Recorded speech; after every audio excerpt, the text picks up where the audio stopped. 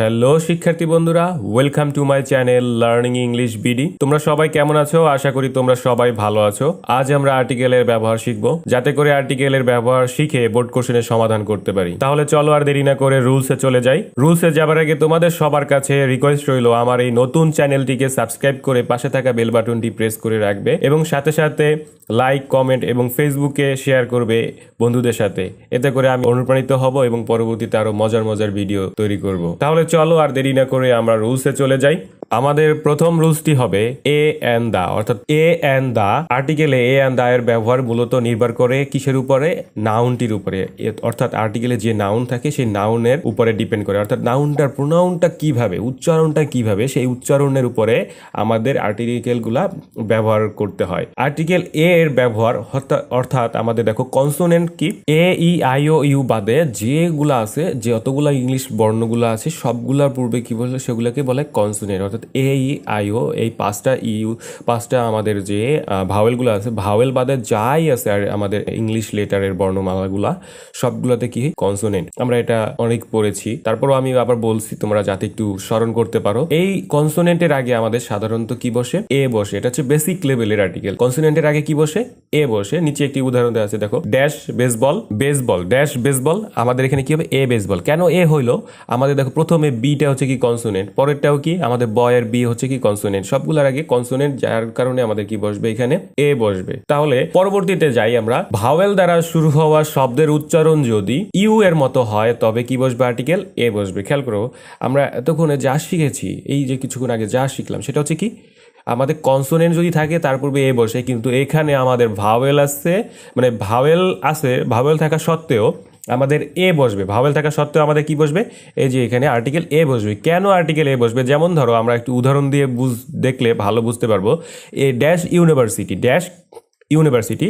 তাহলে এখানে a university কেন হইলো? আর দেখো ইউ প্রথম উচ্চারণ, আমি আগেও বলেছি, দেখো আমরা যে আমাদের আর্টিকেলটা সাধারণত নাউনের উপর ডিপেন্ড করে, অর্থাৎ ড্যাশ পূরণের পরে যে নাউনটা থাকে তার উপরে, প্রোনাউন্সের উপরে ডিপেন্ড করে আমাদের এখানে আর্টিকেলটা বসাতে হয়। সো ইউনিভার্সিটি ইউ এর মতো যদি উচ্চারিত হয়, আমাদের এখানে বলেই দেওয়া যাচ্ছে যে ভাওয়েল, এটা হচ্ছে কি ভাওয়েল, পাঁচটা, এ ই আই ও ইউ, এই পাঁচটার একটা হচ্ছে ভাওয়েল, যার কারণে এখানে আমাদের কি বসবে? এন বসবে সাধারণত। কিন্তু এই সেন্টেন্সটাতে এন না বসে এ বসলো, এর প্রধান কারণ হচ্ছে ইউ, রস্বই রস্যু, এই ইউ এর মতো উচ্চারিত হয়েছে বিধায় এখানে এন বসেছে। Unit, dash U, a dash European, সবগুলা কি হয়েছে আমাদের? দেখো ইউ এর মতো উচ্চারিত হয়েছে, তার কারণে এখানেও এ বসেছে, ইউ এর এখানেও এ বসেছে, এবং ইউরোপিয়ান এখানেও কি বসেছে?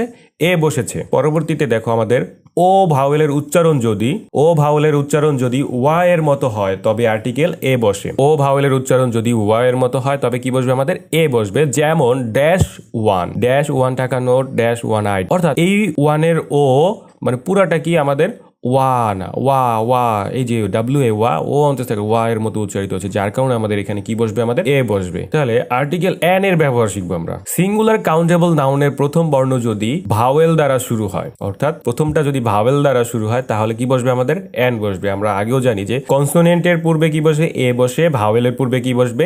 এন বসবে। তাহলে নিচে উদাহরণটা আমরা একটু দেখে নেই। ড্যাশ এন, আমরা যদি দেখি উদাহরণটা, ড্যাশ এন, এখানে এন বসলো কেন? প্রথম অক্ষরটা দেখো আমাদের এখানে কি আছে? ভাওয়েল আছে, অর্থাৎ এ ই আই ও ইউ, এটার প্রথমটা আমাদের আছে এখানে, যার কারণে আমাদের এন বসেছে। এখানে দেখো ইও কি আমাদের ভাওয়েল, আইও কি ইডিয়টের ইউ, আইও কি আমাদের ভাওয়েল, যার কারণে আমাদের এখানে কি বসবে? এন বসবে। তারপরে দেখো, প্রথম বর্ণ কনসোনেন্ট দ্বারা শুরু হওয়া সত্ত্বেও ভাওয়েল সাউন্ড প্রকাশ করলে আমাদের কি বসবে? এন বসবে। পরবর্তী যেটা আছে সেটা দেখো, প্রথম বর্ণ কনসোনেন্ট দ্বারা শুরু হওয়া সত্ত্বেও ভাওয়েল সাউন্ড প্রকাশ করলে কি বসবে? আমাদের এন বসবে। ড্যাশ এম এ, আমাদের এখানে dash M A, an M A হলো কেন? দেখো এর মতো উচ্চারিত হয়েছে, M, a M, M M. এবার পরবর্তীটা দেখি আমরা একটু, এরপরে যে L L B, next number হচ্ছে কি এল এল বি, এল এল মানে এ উচ্চারিত হচ্ছে, এস ডিও এ, সবগুলোতে দেখো আমাদের ভাওয়েলের মতো উচ্চারিত হচ্ছে, কিন্তু প্রথম লেটারগুলো আমাদের এটা কনসোনেন্ট, এটাও কনসোনেন্ট, এটাও কনসোনেন্ট। কনসোনেন্ট থাকা সত্ত্বেও কি হচ্ছে আমাদের এখানে? ভাওয়েল প্রকাশ পাচ্ছে। কারণ হচ্ছে আমাদের যে লেটারটা কনসোনেন্ট থাকা সত্ত্বেও প্রোনাউনটা কি হচ্ছে? আমাদের ভাওয়েল হচ্ছে, যার কারণে আমাদের এখানে এন বসবে। এইচ দ্বারা শুরু হওয়া শব্দের এইচ উচ্চারিত না হয়ে ভাওয়েল সাউন্ড উচ্চারিত হলে আমাদের কি বসবে? এন হবে।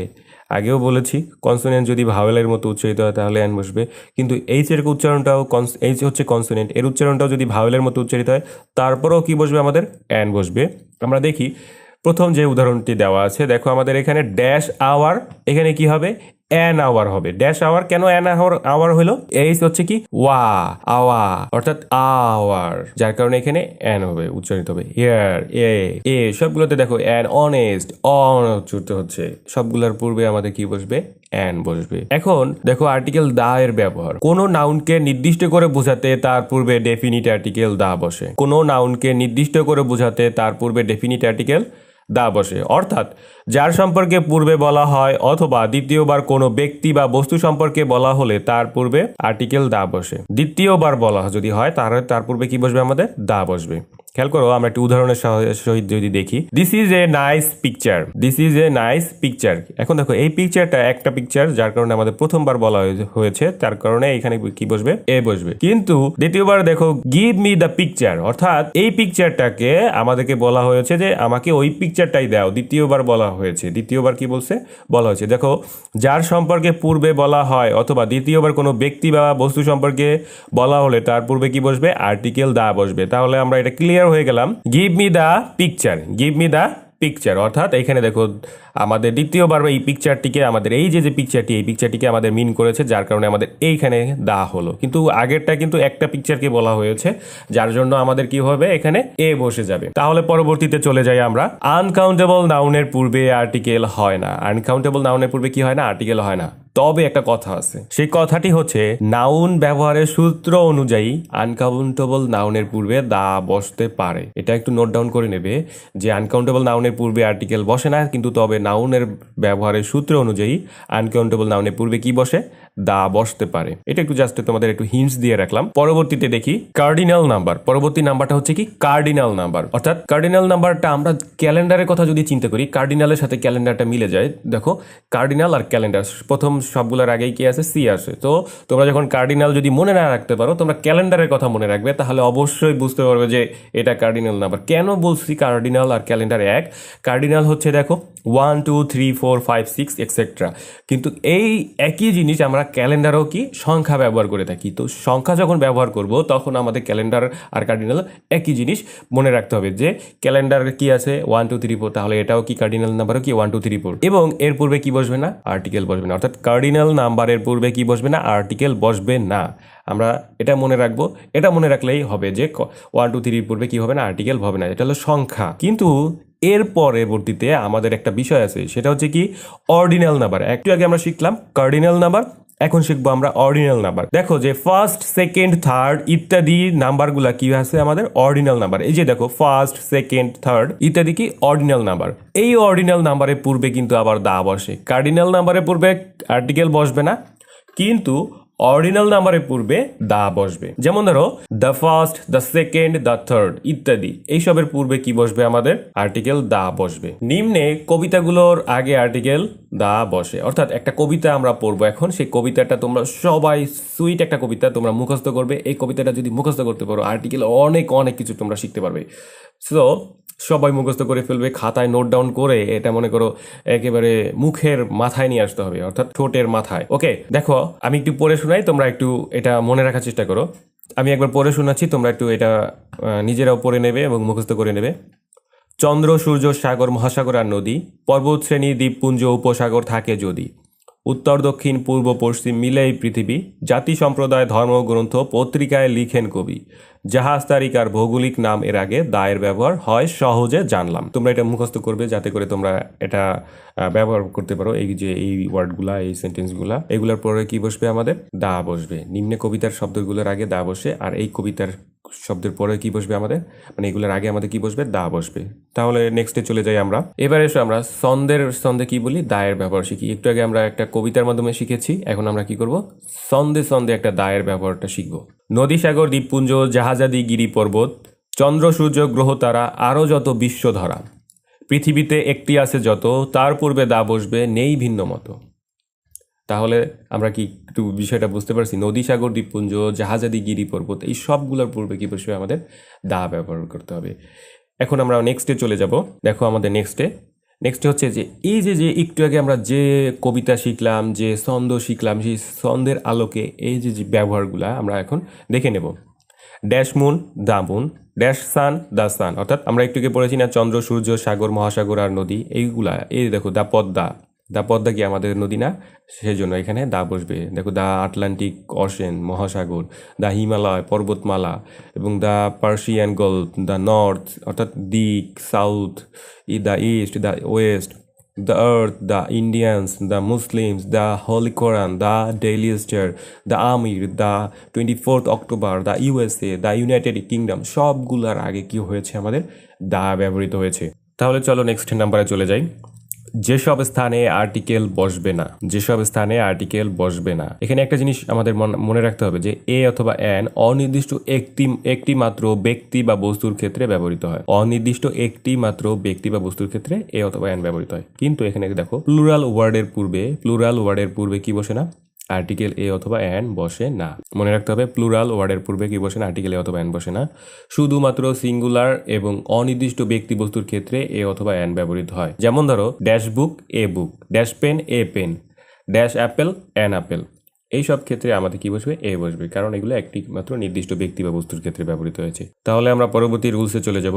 যেসব নাউনের কোনো প্লুরাল ফর্ম নেই বা যাদের সাথে এস বা ইএস যুক্ত হয়ে প্লুরাল হয় না, সেসব ওয়ার্ডের পূর্বেও আর্টিকেল বসে না।